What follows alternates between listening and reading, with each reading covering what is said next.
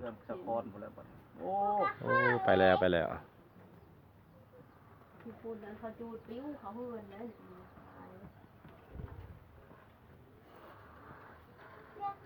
พายุฮอกกุด เห็นบ่เด้อย่านอ่ะปิ้วไหนเด็กน้อยมันเอาปิ้วเลยไหน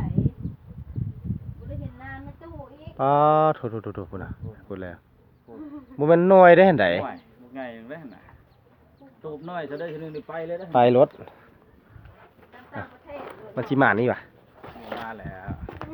ไปบ่แล้วบ่มาเว้ย